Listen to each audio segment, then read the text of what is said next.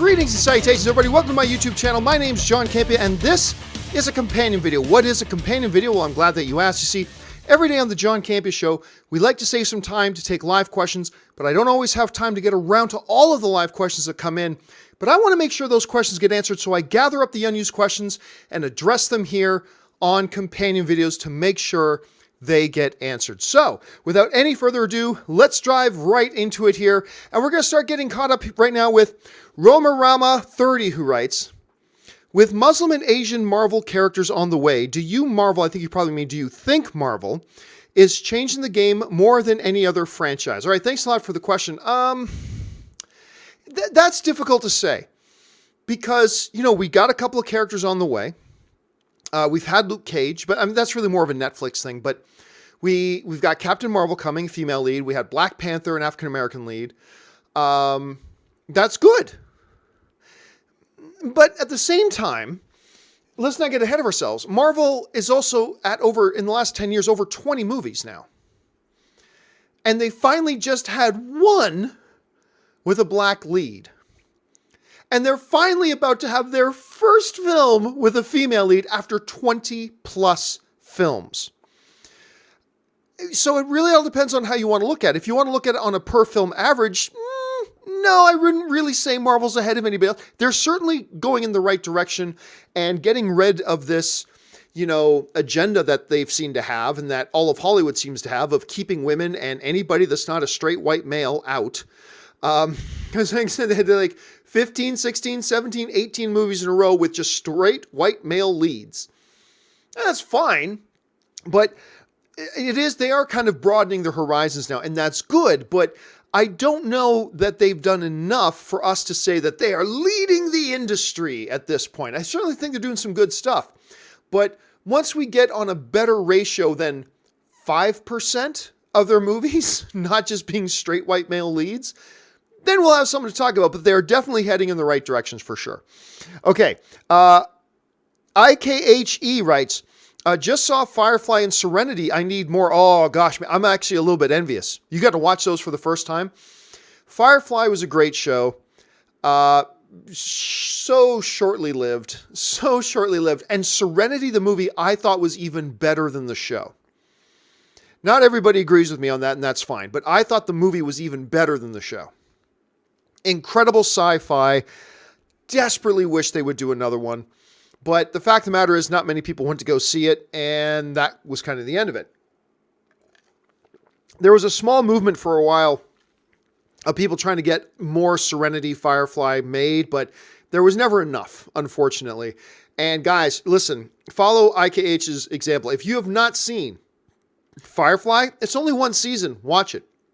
And then watch Serenity the movie, because it's fantastic. I love it. One of the best sci-fi movies of the past, decade plus. So check it out because I really love that thing. All right. Anthony Around Town writes, 10 years separated across the galaxy from his bride. He finally has the item needed to get home. He lays down with joy and says the 5 words that will bring him back to his love. John Carter is so good. Anthony, that's the thing. John Carter. And you guys often hear me talk about how it's like one of the worst marketing campaigns of all time, one of the worst marketing campaigns of all time, blah, blah, blah. But I don't think we stop enough to appreciate how good of a movie John Carter was. It should be called John Carter of Mars, but whatever, they changed the title. John Carter was so good. It was, I'm not going to say one of the best 3 films of that year. No, but it was really, really great. And I've been using the term with Serenity, but just great sci-fi. It's incredible sci-fi based on one of the most celebrated sci-fi novel series of all time. And it was great. Taylor Kitsch in the lead. That movie should have propelled him to superstardom. Taylor Kitsch is a star. But his acting chops and talent and all that kind of stuff, he deserves to be a superstar. And that movie could have done it. But it was so brutally marketed, nobody went to go see it, and it flopped horribly for Disney. And, Andy Stanton, who directed it, that was supposed to be his big live action debut, and he did a wonderful job, and it just sank like a stone. Starting with the really bad title choice. And it's unfortunate, but I'm glad you had a chance, Anthony, to go and watch it because I really adore that movie. I adore John Carter, and we're never going to get another one, but man, I wish we would have. I really wish we would have. All right. Screen Talk writes, "Hey, John, huge fan. Thanks so much. I asked about the Friends movie yesterday, and I completely agree. I also checked out Interstellar last night. Amazing. Well, yes, and so I think it'd be perfectly great to do another Friends movie. We talked about that the other day. And Interstellar, here's the funny thing about Interstellar. It is probably my least favorite Christopher Nolan film. That or The Dark Knight Rises, one of the two. And here's the funny thing. They're both quite good. And to me, those are the worst Christopher Nolan films. And they're still quite good. That's how good Christopher Nolan is. When you can go down his filmography, pick out the ones that you think are his quote-unquote worst films, and still go, wow, those are still pretty damn good movies. I mean, that is really a testament to just how much of an influence, how much of a powerhouse Christopher Nolan is and continues to be in this industry with the films that he makes. And yeah, I quite enjoyed Interstellar. Again, not my favorite, maybe my least favorite of his films. Still quite good. Still quite good. All right. Patrick Conway writes, will James Gunn be credited for his work in Endgame? Well, I mean, it depends. I don't know how much work he did with Endgame. But I do know this. Even after, Disney and Edgar Wright parted ways over Ant-Man so famously, Edgar Wright's names were still all over the credits. If James Gunn's name was going to be in the credits of Endgame, then they will still be in the end credits of Endgame. They're not going to take his credits out. You can't do that. So if he has some kind of an arrangement and it's in his contract that he gets credits as certain things in Endgame, they're still going to be there. They're not going to pull it out. But then again, like I said before, at this point, I don't even know how much work, to what degree was James Gunn involved in Endgame. I just don't know yet. I simply don't know. But let's put it this way. I kind of expect to see his name in there. I do. And if it was going to be in there before the incident, it'll still be in there now. At least that's what I expect. All right. Maurice Seifring writes, well, what is the status of the musical rights to the David Bowie biopic Stardust? I have no idea. All I know is that it's been a nightmare. I mean, there are talks that the movie's going to be done without any David Bowie music, which is fine. You can do that. It would be a different way of doing a biopic on a musician, not to have any of their music in it. But honestly, right now, I don't know. I haven't been following that story very much. I've just heard that it's been difficult, and I don't know if they've worked those rights situations out or not. So let's keep our eyes open for that. All right, Santez Henderson writes, every NFL team next year, bring me Brady. I don't think anybody wants Brady. You know what? Here's the funny thing. Keep this in mind, too. So the Patriots win with the Super Bowl without this being their best year. This was not their best year. They had some struggles this year. But in a year where two teams kind of emerged as the best in the league, Kansas City Chiefs and the LA Rams, guess what? The Rams, if you include the Super Bowl, or the Patriots, I should say, if you include the Super Bowl, are 3-0 against those two teams. They beat the Chiefs twice, and they beat the Rams in the Super Bowl. I just tell you the dumps, because everybody's saying, oh, these are the two teams that are going to be the dynasties for the next little while. Okay, that's great. Bravo, that's great.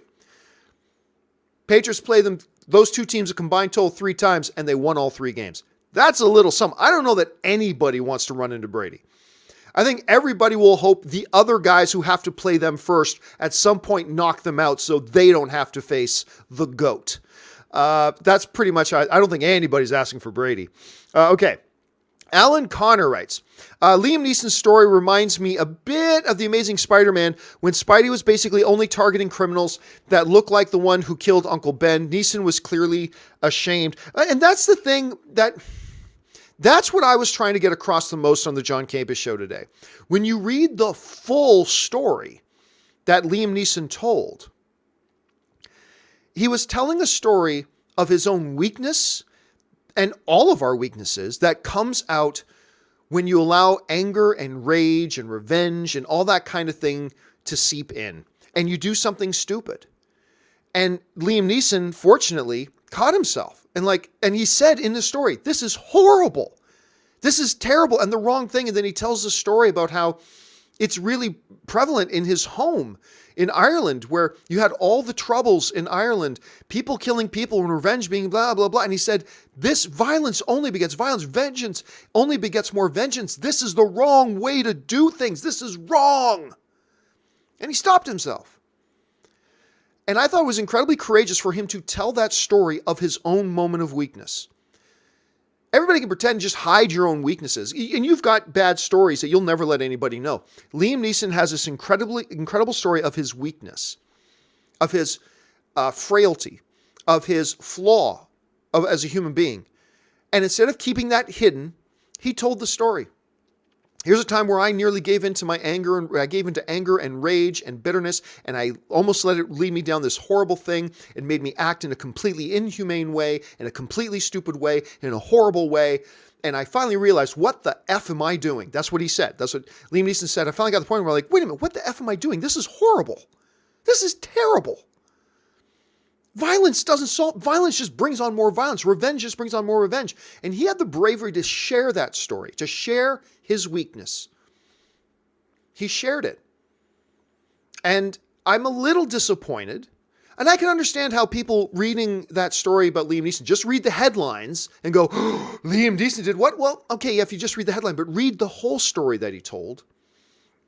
And I'm a little disappointed that a guy like Liam Neeson, who has the courage to share with the world an incredibly frail, fragile, flawed moment of incredible weakness, and to share that weakness with the world, and instead of everybody coming around it to try to learn something from it, people want to attack him for it. The message everybody's setting is, don't share your weakness. Don't just pretend the weaknesses don't exist. Just pretend everything's good. Just pretend none of us have any flaws. Just pretend. Just pretend. Don't share. Because if you share, we're going to attack you. If you expose your weakness to everybody, we're going to attack you for it. And I'm frankly disappointed to read that. It's a sad story to read. And certainly the first person who will tell you that, feeling that way was wrong is Liam Neeson. And then he tells that in his story. And I was just really disappointed to seeing people turn to a guy who nobody discovered this about him. He shared it. He shared his moment, his story of weakness with everybody and how he overcame it. And we attacked him for it. And everybody wrote headlines to pounce on him for it. And I don't know. I just think it's a good story of people reacting to a headline without actually reading all the details to see, oh, that's what happened. It's all about context. So yeah, I'm just a little disappointed in the human race a bit. And then again, we're all part of the problem sometimes, right? This guy included, you included, we're all part of the problem sometimes. Odile Jones writes, if Birds of Prey is a Aquaman / Wonder Woman level hit, what / how would it affect the DCU going forward? None. Zero effect. Zero effect whatsoever. And I'll tell you why. Because this same question came up. Somebody asked the exact same question the other day, except about Shazam. And it's like, if Shazam's as big of a hit as Wonder Woman and Aquaman, how will it affect the DCU? And I'll say the exact same thing now that I said then. Zero. Why? Because there's a new sheriff in town over at DC. His name's Walter Hamada, and he is not reactionary. He ain't going to change his plans because something underperforms, and he ain't going to change his plans as something overperforms. He's made a plan. He's going to stick to that plan, and he's going to ride that plan out until he sees with overwhelming evidence that the plan isn't working. Not from one film, not from two films, but if he sees overwhelming evidence that the plan isn't working, then he'll change. But WB's history with the DC properties have been reactionary. Hey, we're going to make these Superman movies, and they make Man of Steel. It's a great movie. Unfortunately, some people didn't like it, and they go, well, it didn't do as well as we hoped it would. Change our plans, and then they don't make another one. Till much later, and they decide to make it a Batman movie with Batman versus Superman. And I like Batman versus Superman, and then something goes wrong there. Oh, let's change our plans. They've always been completely reactionary. They are not that way anymore. They aren't that way anymore. And so, if Birds of Prey comes out and is a complete flop, zero effect on what they're going to do. Zero effect on what they're going to do. If Birds of Prey comes out and it's a huge hit, zero effect. They have a plan. They believe in their plan. They've already started executing their plan. They're having some pretty good results with their plan so far with Aquaman. Now we got Shazam coming out. I think that's going to be a big success. Then we got Wonder Woman 84 under Patty Jenkins. She's going to make that another success. So everything's going pretty good. And a big overachievement or a bad underachievement at this point is not going to steer them off their course. Because that's what they used to do, and it just constantly got them in trouble. They ain't going to do that anymore. They ain't going to do that anymore. They are steadfast now, and they're going to see this thing through. All right. Santez Henderson writes, Neeson isn't in the wrong. He just said he let anger control him, but push that anger away. By the way, I'm black and saying this. It's fine to admit your faults. It's what keeps us human, not Skrull. Nice reference there, not Skrull. And I agree with you, Santez. He came out and showed more guts and courage because all of us would have cowardly, in a very cowardly way, me included, what all of us would have done is very cowardly keep our weaknesses hidden and pretend they don't exist. Hidden, pretend they don't exist. Ooh, I did something really stupid once. I could share it so we can have a conversation about it. Maybe other people can learn from my mistakes. Oh, but if I do that, people will attack me. Okay, keep it hidden. Keep it hidden. Liam Neeson's like, F that. I'm Liam Neeson. I don't care. I can take it. Here, let me tell you about my one moment of stupidness. Let me tell you about this one time I let myself get taken over by my own anger and rage and act in a stupid way. And let me tell you what finally cleared me up and made me realize how stupid that it was. Liam Neeson did that. And I thought it was courageous, you know? And I just, again, I don't want us as a culture to start, I don't want us as a culture to basically teach a lesson that, hey guys, keep your faults and weaknesses private. Don't share them, because if you share them, we're going to attack you. That's BS. And I hope more, I think if more people come forward and talk about their moments of weakness and the moments of their mistakes and what I'm just hoping that'll help everybody, and make people not feel so alone. And anyway, that's just kind of the way I see it, but that's my point of view. The drawing board writes, what if they got Bradley Cooper to direct Guardians of the Galaxy 3? Okay, what if they did?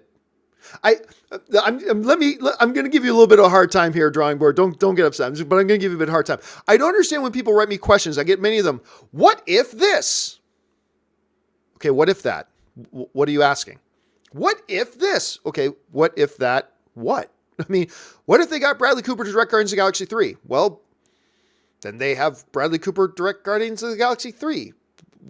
What is it you're asking? What if? Okay, then they'd have, the only answer to that is if they got Bradley Cooper to direct Guardians of the Galaxy 3, then Bradley Cooper. Now, what if they got Bradley Cooper to direct Guardians of the Galaxy 3? Would that be a good thing? Would that be a bad thing? Do you think, the cast would accept that? Are you asking if the cast would reject him? Are you asking? I don't know what it is you're asking. Let me just say this. I don't know, as good of a job as Bradley Cooper did with A Star Is Born. Star Is Born is a very, very different movie from a Guardians of the Galaxy. Can he do that? I don't know that he can. Does he have a sense of humor, enough, that type of sense of humor, to bring in that levity and that humor into Guardians of the Galaxy? Can he direct a Star-Lord character? I don't know. I'm not saying he can't. I'm certainly not saying he can. I'm just saying I don't know. The one positive thing about the potential of a Bradley Cooper directing a Guardians is that, Robert and I talked this morning on the John Campus show that you're going to have a hard time selling the cast on a new director because the cast all supported James Gunn. I mean, you got guys like Dave Bautista even saying, screw you, Marvel, I don't want to have anything to do with you anymore. The rest of the cast all signed an open letter saying you need to rehire James Gunn. Any new director you bring is going to face a real uphill battle, with maybe the exception of a guy who's already part of the cast. By the way, Bradley Cooper signed that letter too. Bradley Cooper signed that letter saying you need to bring back James Gunn. He signed it too, so I don't even think he would do it. But, so yeah, I don't know that I'd be excited if he was doing it, but I'd certainly give it a chance. And I don't know that he would do it because he's one of the guys who signed the letter saying you need to bring back James Gunn. But if they did, that's probably one director that the cast would probably be okay with and embrace. But who knows? We'll have to wait and see. But I don't think they're going to get Bradley Cooper to do it. And I don't think even if they wanted him to do it, if he would agree to do it. So who knows? Let's just wait and see. Christian Ailman writes, my episode 9 theory is that Kylo will do away with the rule of two and use the Knights of Ren as a way to reform the dark side of the Force. Well, remember, the dark side of the Force is not an organization. The dark side of the Force is just the dark side of the Force. And then there were many organizations. Like, remember, Sith were not the only dark side users. You know, there were the Sisters. There was a bunch. There are a lot of dark side users who are not Sith. So it's not like the dark side is an organized body of individuals. It's not. You have Sith that happens to be under the dark side. You have the Jedi who are under the light side, but the Jedi are not the light side, and Sith are not the dark side. There's a larger scope to that. So, but since Kylo is not Sith, there is no rule of two. Remember, they've already told us that Snoke isn't Sith. He's dark side, but he's not Sith. So remember, the rule of two already doesn't apply to Snoke and to Kylo. So unless they just chose to follow that rule because they thought it was a good rule, but I haven't seen anything that suggests that. So who knows? We'll have to wait and see. But I do think we're going to see the Knights of Ren. Regardless of that whole thing, I do believe that we are going to see the Knights of Ren because you need some cannon fodder.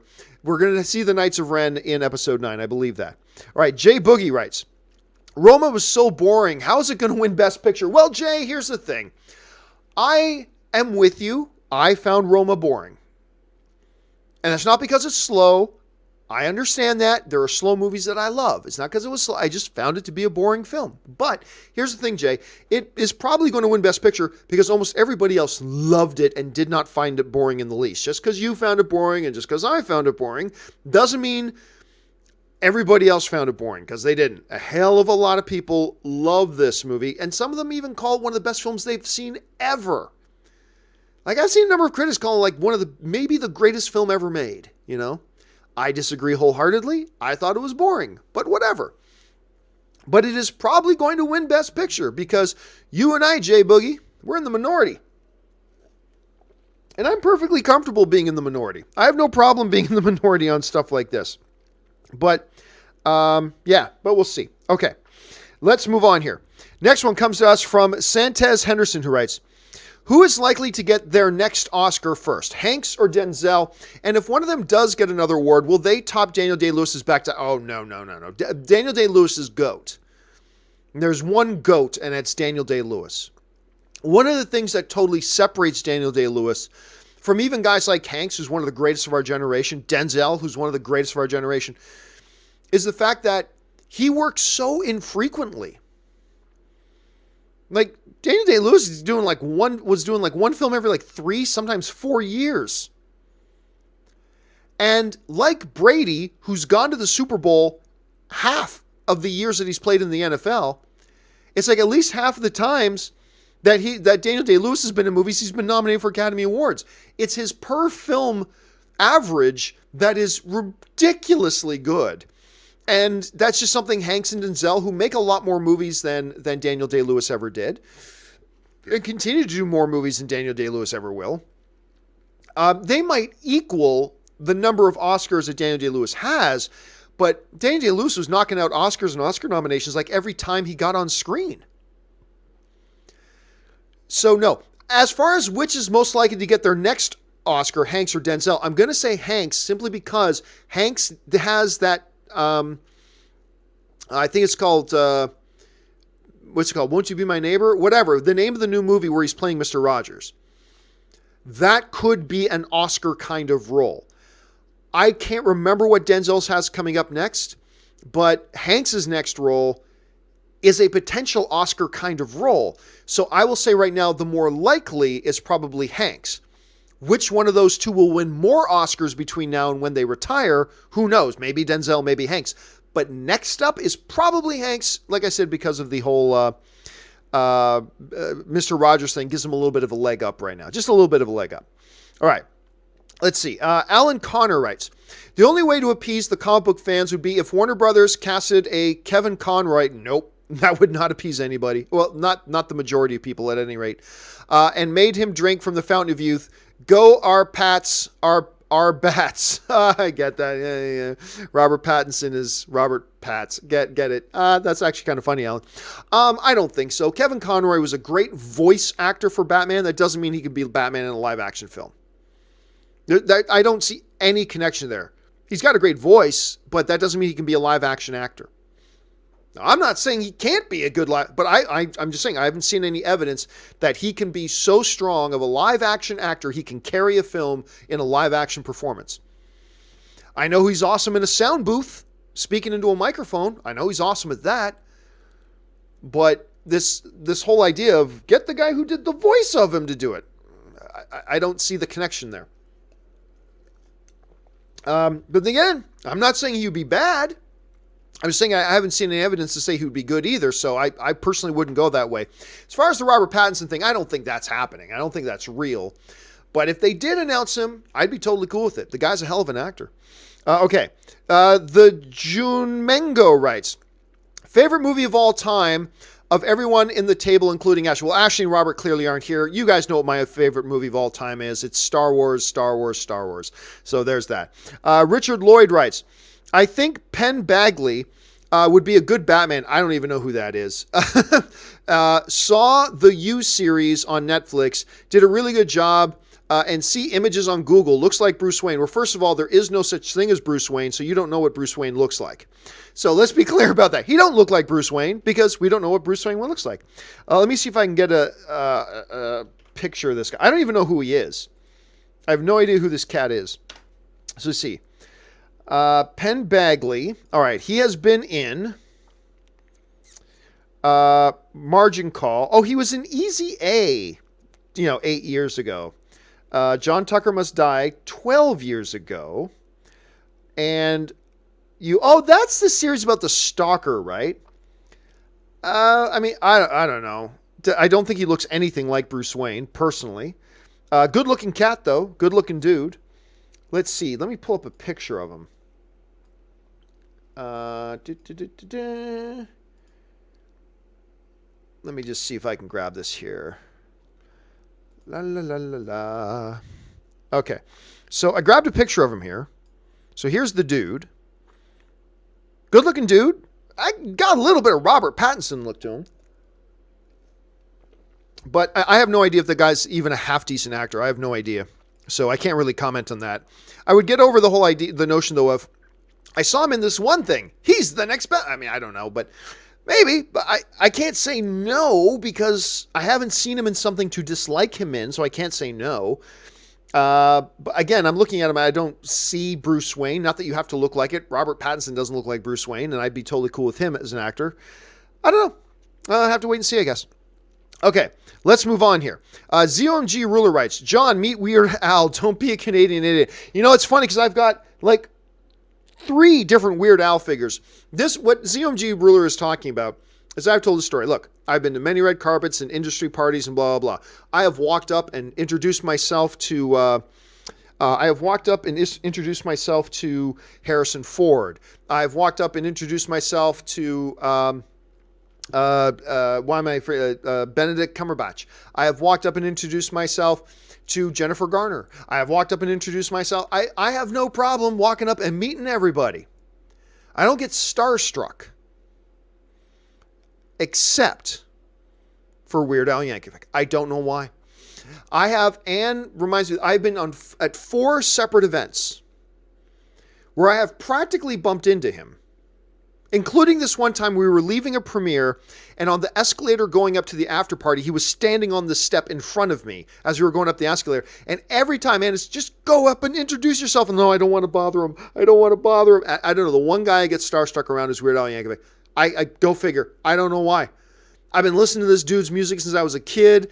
I think he's one of the greatest entertainers in the world, and I just can't get myself to go up and meet him. No problem with like a Harrison Ford, But that, I can't do it. I don't know why, but I just can't do it.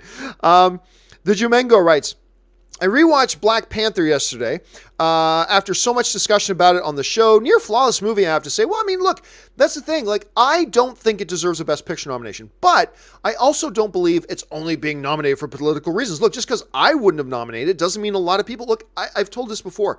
One of my business partners is a decades-long voting member of the Academy, and she voted for Black Panther.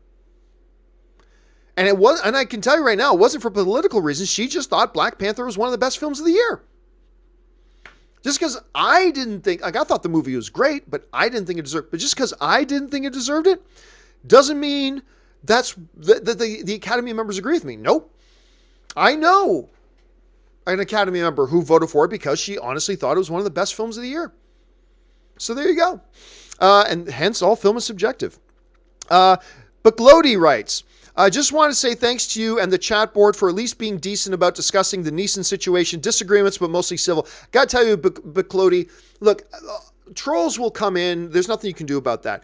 But the regular viewers of here on the YouTube channel, for the most part, I got to tell you, it's weird using the word proud, but I'm very proud of our community here because whereas almost everywhere else, these discussions instantly devolve into this blathering, trolling on both sides, just name calling and blah, blah, blah, blah. I got to tell you what, for the most part in our community here, everybody talks to each other like we're fellow fans together. We may have a difference of opinion and we'll express our difference of opinion, but you're a fellow film fan and we treat each other with respect for the most part. And we'll be funny and we'll jab at each other and we'll whatever. But I do got to tell you, Buklodi, I really love that about our community. Yeah, trolls float in now and again, and there's nothing you can do about that. That just exists. But I am always really proud of this community and how we discuss these types of topics when they come up. And whether they agree or disagree with my position is irrelevant. It's just that there's always good discussion. And it's usually done sometimes in a little bit of a jabbing way, but done with respect, you know? And I've always appreciated that. And that's what makes being a film fan so much fun. So I'm glad you recognize that too, Buklodi. Okay. Roke Tutu writes, since Vin Diesel ties in with the Fast and the Furious with the MCU, will Endgame undo Han's death? Yeah. No, I'm going to say that's not going to happen. That's probably not going to be a part of it at all. I do not expect that to happen, but wouldn't it be funny? Wouldn't it be funny if all of a sudden Disney bought off of Universal the rights to Fast and Furious and decided to say that Vin Diesel, Dom, is the tie that brings everything together in the MCU? Wouldn't that be hilarious? Yeah, no, obviously that's not going to happen then. Remember, folks, hashtag Han had it coming. All right, guys, we are now all caught up. That'll do it for this installment of the companion videos. We're now all caught up for the questions that came in this morning on Tuesday morning show. Don't forget, guys, we'll be back again tomorrow morning with a live John Campea show. And also don't forget, tomorrow afternoon is a live episode of The Weekly Heroes. Rob and I go over all the big stuff that happened in the week of comic book movies and stuff like that. Make sure you guys join us then. And by the way, I haven't been plugging it a lot lately, but don't forget, guys, if you're somebody who enjoys these programs, do me a favor.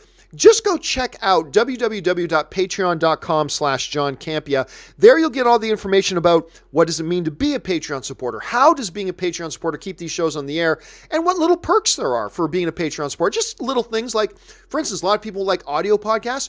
We do audio-only versions of our show exclusively for our Patreon supporters. We also have a great exclusive Facebook group. We also have an exclusive Facebook podcast or an exclusive Patreon supporter only podcast called Best of the Week that me, Ashley, and Robert do every week, talking about the best things in the week and counting down the stuff and taking questions from our Patreon supporters as well. So go check that out. And if you want to become a Patreon supporter, that would be awesome. And if not, no problem.